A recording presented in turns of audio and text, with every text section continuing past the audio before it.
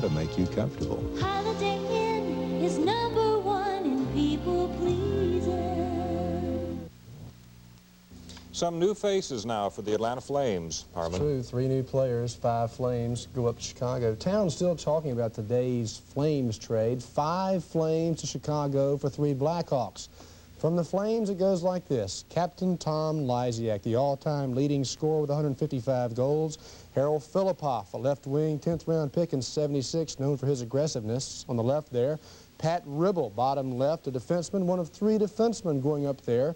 Along with him will be Greg Fox and Miles Zaharko, you see there in the middle, who's been with the farm club in Tulsa, the Tulsa Oilers.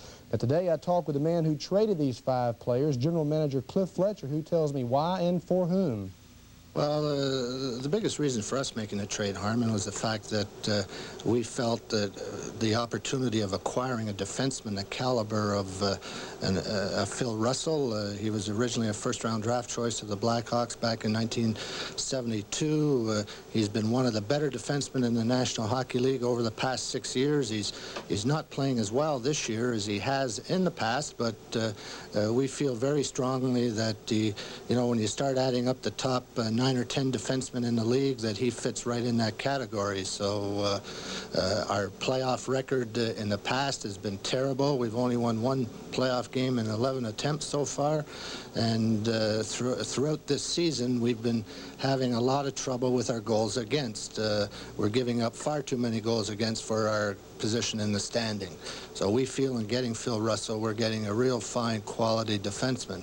Along with Ivan Boldarev, who scored 35 goals last year. He already has 29 goals this year. We feel he can step in and replace Tom Lysiak and do a terrific job for us. Why does Chicago feel they made the trade? What was in it for Chicago? What did they need that they got? Well, obviously, Lysiak is the key to the trade as far as they're concerned. They're looking for someone to help, someone with a name, someone who's a colorful player, someone who will help bring people into their building. They're in the Smythe division. It's not very competitive. The crowds are down, and they feel that as exciting a hockey player as Tommy Lysiak is, that he'll more than help rejuvenate hockey interest in Chicago. Yep.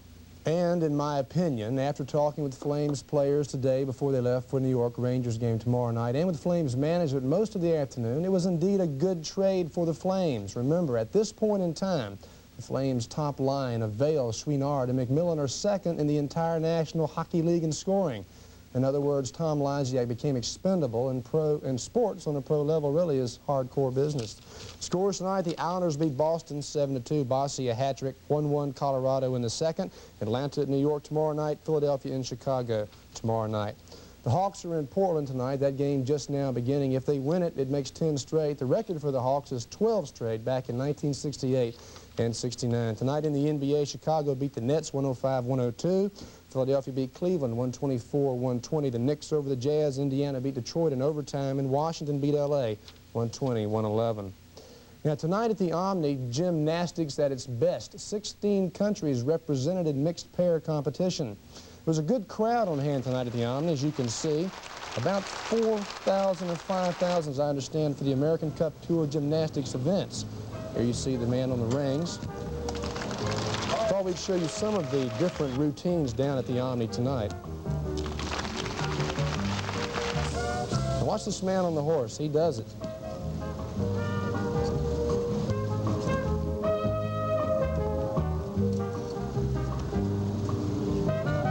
That went on most of the night. It was very interesting. A lot of talented athletes down there. 16 countries represented. It's always fun to watch something. It really is, really is. Thank you, Herman. Time now for the editorial. Here's TV5's Public Affairs Director, Dale Clark. The governor and legislators are wrestling right now with the problem of a teacher's pay raise and the federal guideline limit of 7%. At the 78th session, they adopted a $2.4 billion budget for fiscal year 79 to run the state until July 1st of this year. But when they assembled this January, there was a huge surplus on hand, and they've authorized spending $300 million more. Those millions must be spent before July 1st of this year. That's a whopping 12.5% budget increase packed into a 4-month spending pattern. What are the federal guidelines? Why no concern then about the impact on inflation? We know nobody is pushing spending guidelines on anything other than salaries. But the war against inflation cannot be fought and won this way. The governor and legislators may wrap themselves in the federal anti-inflation flag if they like, but in our opinion, they picked up the flag too late, and they're not fooling the people. The TV5 editorial on March 6 had this statement: because of their past lean years, the proposed 7% raise for teachers, in our judgment, is not sufficient. We submit that's the judgment of many Georgia parents. The governor and legislators need to wrestle with reality, not guidelines to be invoked when wanted. Agree or disagree? We invite your opinion. Post Office Box 4207, Atlanta 30302. Flood victims in 3 Georgia counties will get some help from Uncle Sam. And the special unit has part 3 of its series on income tax preparation. Jim Axel is next after News Scene takes a break. Gordon's announces the end of the quiet fish stick. Introducing Gordon's new crunchy fish sticks and portions with more crunch than any other leading breaded fish stick. They're covered with a delicious new kind of toasted breadcrumbs, and inside is mild-tasting, flaky white fish. Gordon's crunchy fish sticks and portions. The result speaks for itself. Trust the Gordon's fishermen from Gordon's of Gloucester. There is now a Mercedes-Benz station wagon. As different from other wagons as Mercedes-Benz cars are different from other cars. You see, Mercedes believes that a Mercedes-Benz station wagon should behave like a Mercedes-Benz car.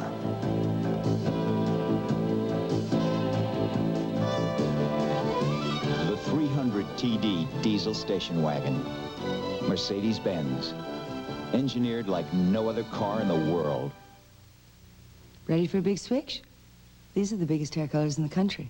This is the newest from Revlon, ammonia-free color silk. It doesn't rough up your hair, so Revlon can promise you color that's rich, true, and lasting, and hair that feels silkier and looks healthier. It's even been salon tested for you.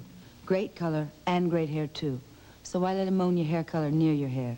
Why don't you switch to Revlon's new ammonia-free color silk? Makes sense, right? PM Magazine, a lighthearted look at people, places, and things. On Wednesday's edition, John Patrick finds out that if a person can scramble an egg, find a light switch in the dark, and reverse a Volkswagen, he can learn to juggle. John did from author John Cassidy. Then we meet a musician with platinum albums, acting successes, and super concert dates after a career that started very slowly. None other than Texan Willie Nelson.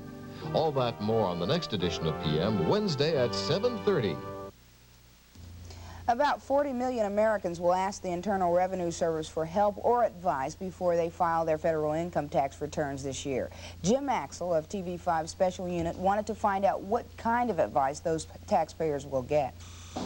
A member of our special unit, posing as a member of an average family, went to 3 IRS tax assistance centers. We went prepared with the same information we used in checking out commercial tax preparation firms. The 3 centers were located in East Point, Marietta, and in downtown Atlanta.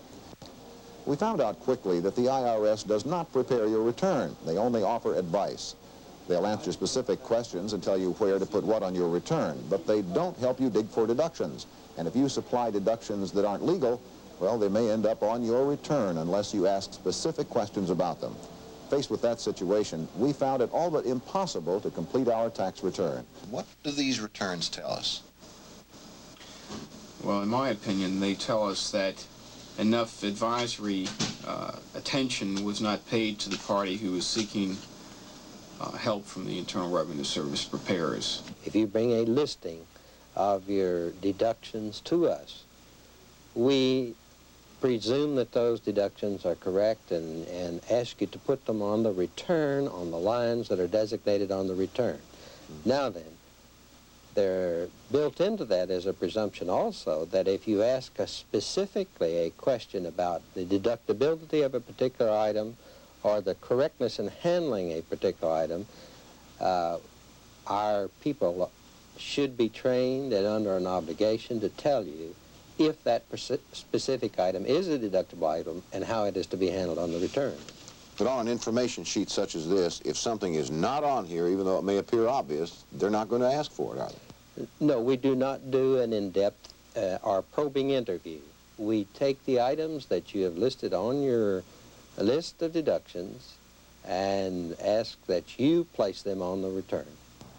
IRS officials say 85% of those asking for help file the short form. And if more Americans with more complicated returns ask for help, they might have to beef up their assistant program. But that would cost taxpayers more money the IRS says it doesn't have now. In our next report, we'll look at specific items on our tax return where commercial preparers made mistakes and what items gave them trouble. For TV5 Special Unit, I'm Jim Axel. Residents of 3 North Georgia counties hit by severe flooding last week will be eligible for some federal assistance. The government will provide up to 80 mobile homes for families in Polk, Gilmer, and Floyd counties who were made homeless by the flood. Governor Busby says he will write to the Small Business Administration and the Farmers Home Administration, trying to get low-interest loans for those folks, too. Guy Sharp is standing by to tell us how long this nice weather is going to last. He's next as News Scene continues. Yes.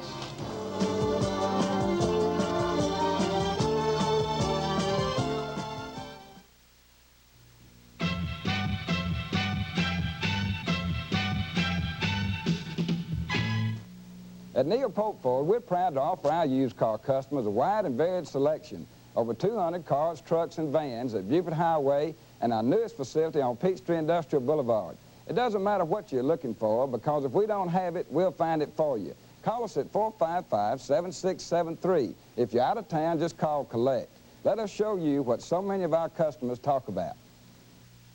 There's something brewing, and it's headed your way. Crisp, cold, refreshing.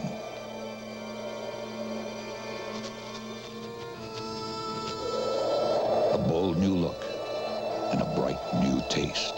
Busch. So don't just reach for a beer. Head for the mountains. New Busch.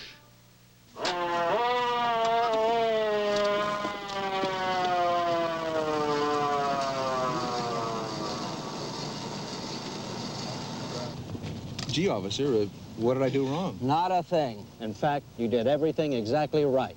Didn't tailgate, you signaled before you switched lanes, you stopped at the stop sign. Look, I've seen plenty of accidents caused by bad drivers. I bet you never caused an accident. Someone ought to say, thank you, mister, for all the good things you've done. And that someone is Geico, the good driver company. If you're a good driver, Geico believes you should pay less for auto insurance than bad drivers. Insuring with Geico is like joining a club with special privileges for good drivers. To join, call Geico at 523-1025. That's 523-1025 for all the good things you've done. Outside the Atlanta area, call Geico Collect at 404-523-1025.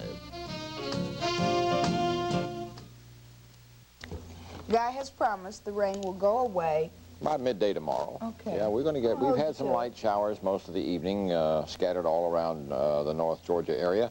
And they will continue probably, well, it could last until noontime. More than likely by mid-morning they'll start clearing out. And then we go to slightly cooler or almost cold temperatures for a day or two, but nothing drastic except for possibly in the extreme North Georgia area where it may get down to the freezing or 30-degree mark along in there. Let's take a look at our color radar. A few light showers showing up over Atlanta and parts of the North Georgia area. They'll intensify, disappear, and re-intensify during the course of the night. Parts of central and south Georgia, and maybe even in parts of North Georgia, might even get a thunder shower or two, but it won't be very long-lasting, and by midday tomorrow, we'll see the sun come breaking forth again and cooler temperatures. Presently at 61 degrees Fahrenheit, 16 Celsius, after a high today of 72 and a morning low of 42. The sky is rainy right now, the humidity 56%. The barometric pressure continues to fall, 30.11 inches, with a southerly wind at 8. And out at the airport, they've had a trace of rain, but we're still ahead for the year, a little less than 1 3/4 of an inch. No available pollution report to give you today, but we do have a satellite picture that shows the gathering clouds over the east and the southeast and along the Gulf. They've had rather heavy thunderstorms in parts of Louisiana and Arkansas and southwestern Alabama. What we're going to have tomorrow basically is this. A new storm system, not very major, but enough to cause quite heavy rain from northern California up into Washington and Oregon. Moving inland with generally fair to partly cloudy skies.